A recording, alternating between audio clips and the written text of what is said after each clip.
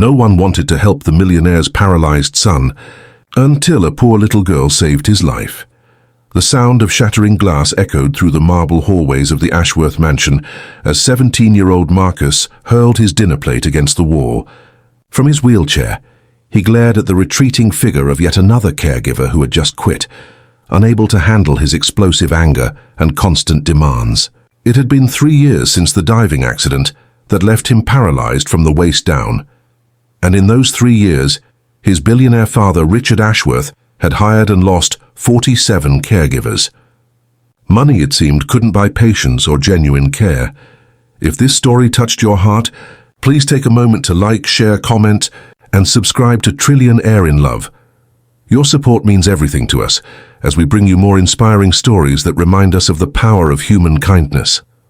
Marcus had once been the golden boy of high society, star athlete, honor student, and heir to one of the largest tech empires in the country. The accident changed everything. The boy who once commanded respect through achievement now demanded attention through rage. Every caregiver who entered his life was met with the same pattern of verbal abuse, thrown objects, and impossible demands. They came for the generous salary Richard offered, but they left because no amount of money was worth the daily torment. He's becoming impossible. The mansion's head butler, James, said quietly to Richard one evening. The agency is running out of people willing to work with Master Marcus. Perhaps it's time to consider a specialized facility. Richard's jaw tightened. He had built his fortune by never accepting defeat, but his son's condition had humbled him in ways business never could. No, he said firmly. Marcus stays here. Keep looking. What Richard didn't know was that 3 blocks away, in a cramped apartment above a laundromat, 8-year-old Sofia Martinez was facing challenges that would make Marcus's struggles seem small in comparison. Sofia lived with her grandmother, Elena, who was slowly losing her battle with diabetes. They survived on Elena's small social security check and Sofia's earnings from returning bottles and cans she collected from the wealthy neighborhood's trash. Despite their poverty, Sofia possessed something that money couldn't buy: an unshakable optimism and a heart that saw good in everyone. She had learned to read by studying discarded magazines, taught herself basic math by counting coins, and somehow maintained straight A's in school while working every day after classes to help pay for her grandmother's medication. Was on a particularly cold Tuesday morning that Sofia first encountered Marcus. She was walking through the Ashworth estate's grounds, collecting cans that had been thrown from the mansion's windows, when she heard the sound of someone crying. Following the sound, she discovered a young man in a wheelchair sitting alone by an ornate fountain, tears streaming down his face.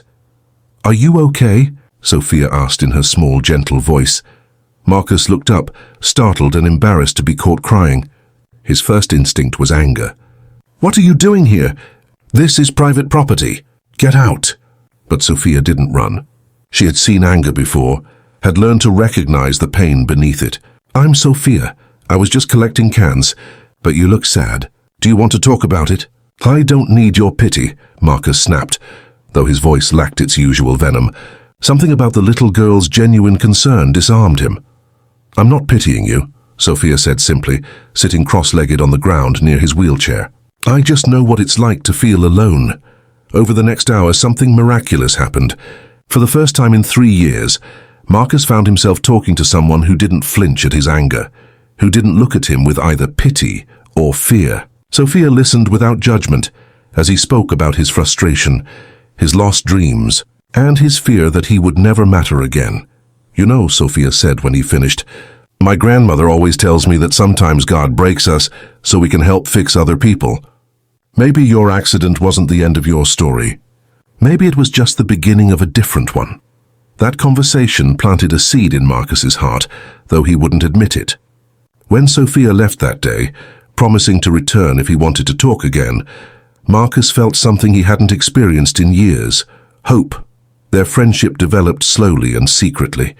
Sofia would visit during her can-collecting routes, always bringing her homework with her. Marcus, who had been refusing his tutors for months, found himself helping her with difficult math problems and reading assignments. In teaching her, he rediscovered his own love of learning, but their biggest challenge was yet to come. One evening, Sofia arrived at the mansion in tears. Her grandmother had collapsed and been rushed to the hospital. The doctors said she needed emergency surgery, but the family had no insurance and couldn't afford the $20,000 procedure. "I don't know what to do," Sofia sobbed. "She's all I have. If she dies, they'll put me in foster care. We'll be separated forever." Marcus felt his heart breaking for the little girl who had shown him such kindness. That night, he did something he hadn't done in 3 years. He knocked on his father's study door. "Dad," Marcus said, his voice shaking slightly, "I need to ask you for something. Not for me, but for someone who really needs help." Richard looked up from his computer, shocked. His son hadn't initiated a conversation with him since the accident. Marcus told him about Sofia, about her grandmother's condition, and about the surgery they couldn't afford. "She saved my life, Dad," Marcus said quietly. "Not literally, but she saved who I am. She helped me remember that there's still good I can do in this world, even from this chair. Please help her family." Richard studied his son's face and saw something he thought he had lost forever: compassion. Without hesitation, he picked up his phone and called the hospital's administrator. Within an hour, Elena Martinez's surgery was scheduled and fully paid for. But the challenges weren't over. During the surgery, complications arose. Elena's condition was worse than initially thought, and she would need months of rehabilitation and specialized care. The costs would be enormous, far beyond what even the Ashworth's charity could reasonably cover. It was Sofia who came up with the solution that would change all their lives. "Marcus," she said one afternoon as they sat in the mansion's garden, "what if we helped other people too? What if we started something together?" "What do you mean?" "Well, you're really smart, and you understand what it's like to need help. And your dad has resources. What if we created a foundation that helps families like mine, but also helps people like you who are struggling with disabilities? We could be a team." The idea sparked something in Marcus that had been dormant for years: purpose. Together, they developed a plan for the Marcus and Sofia Foundation, an organization that would provide financial assistance for medical care, while also offering emotional support and mentorship for young people facing major life challenges. Richard was initially skeptical, but when he saw the passion and determination in his son's eyes, he agreed to fund their vision. Marcus threw himself into the project with the same intensity he had once applied to sports and academics. Sofia, despite her young age, proved to be an invaluable partner, bringing street-smart insights and an intuitive understanding of what people really needed.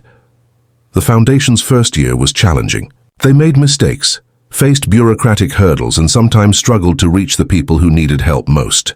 But they persevered, driven by their shared belief that everyone deserved a chance at hope. Marcus also faced personal challenges as he worked to repair relationships damaged by years of anger.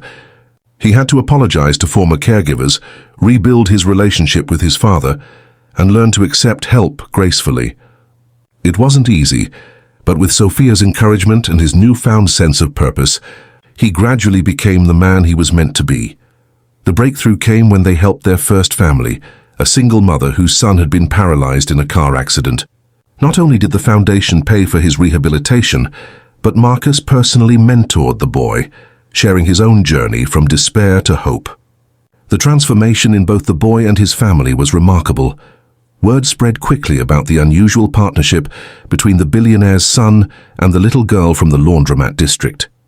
Their story inspired others to contribute, both financially and through volunteering.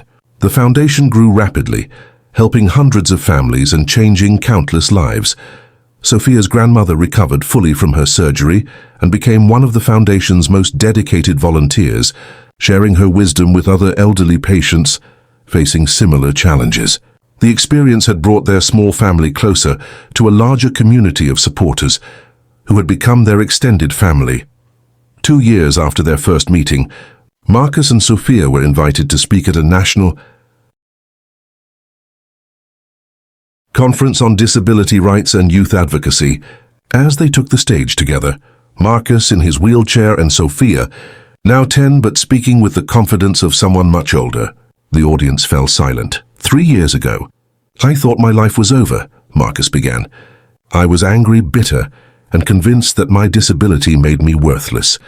I pushed away everyone who tried to help me because I couldn't see past my own pain.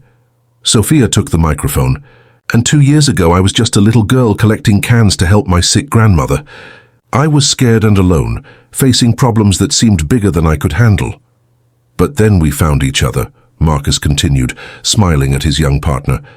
"And we discovered that the greatest disability isn't physical limitations or financial poverty. It's the inability to see the good we can do for each other. We learned that when you focus on helping others, your own problems become smaller," Sofia added. "And when you work together, there's almost nothing you can't overcome." The audience erupted in applause, but Marcus and Sofia barely noticed. They were already planning their next project, their minds racing with ideas for how they could help more people and create more moments of hope. Their foundation had grown into a multi-million-dollar organization, but its heart remained the same: the belief that everyone, regardless of their circumstances, has value and deserves support. Marcus had not only found his purpose, but had also rediscovered his capacity for joy. Sofia had not only saved her grandmother, but had also learned that her small acts of kindness could create ripples of change that reached far beyond what she ever imagined. As they left the stage that day, Sofia looked up at Marcus and said, "You know what the best part is? We're just getting started." Marcus smiled, his heart full of gratitude for the little girl who had saved his life by showing him how to save others. "You're right, Sofia, this is just the beginning." Their story became a testament to the truth that help doesn't always come from the places we expect. Sometimes it comes from the most unlikely sources, in the smallest packages carrying the biggest hearts. Marcus had learned that being broken doesn't make you worthless. It makes you understand the value of helping others heal. And Sofia had discovered that being small doesn't make you powerless.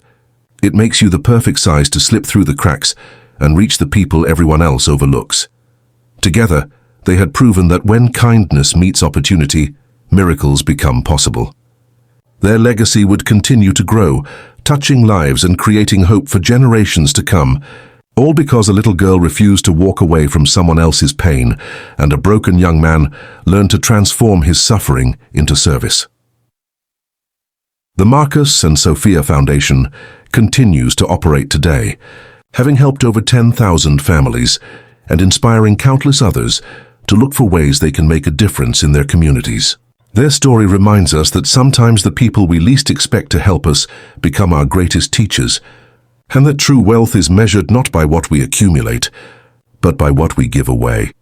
If this story inspired you to believe in the power of unexpected kindness and the strength that comes from helping others, please take a moment to like this video, share it with someone who needs to hear this message, leave a comment about a time when someone unexpected helped you, or when you helped someone else, and subscribe to Millionaire in Love for more stories that celebrate the beautiful connections that make us human.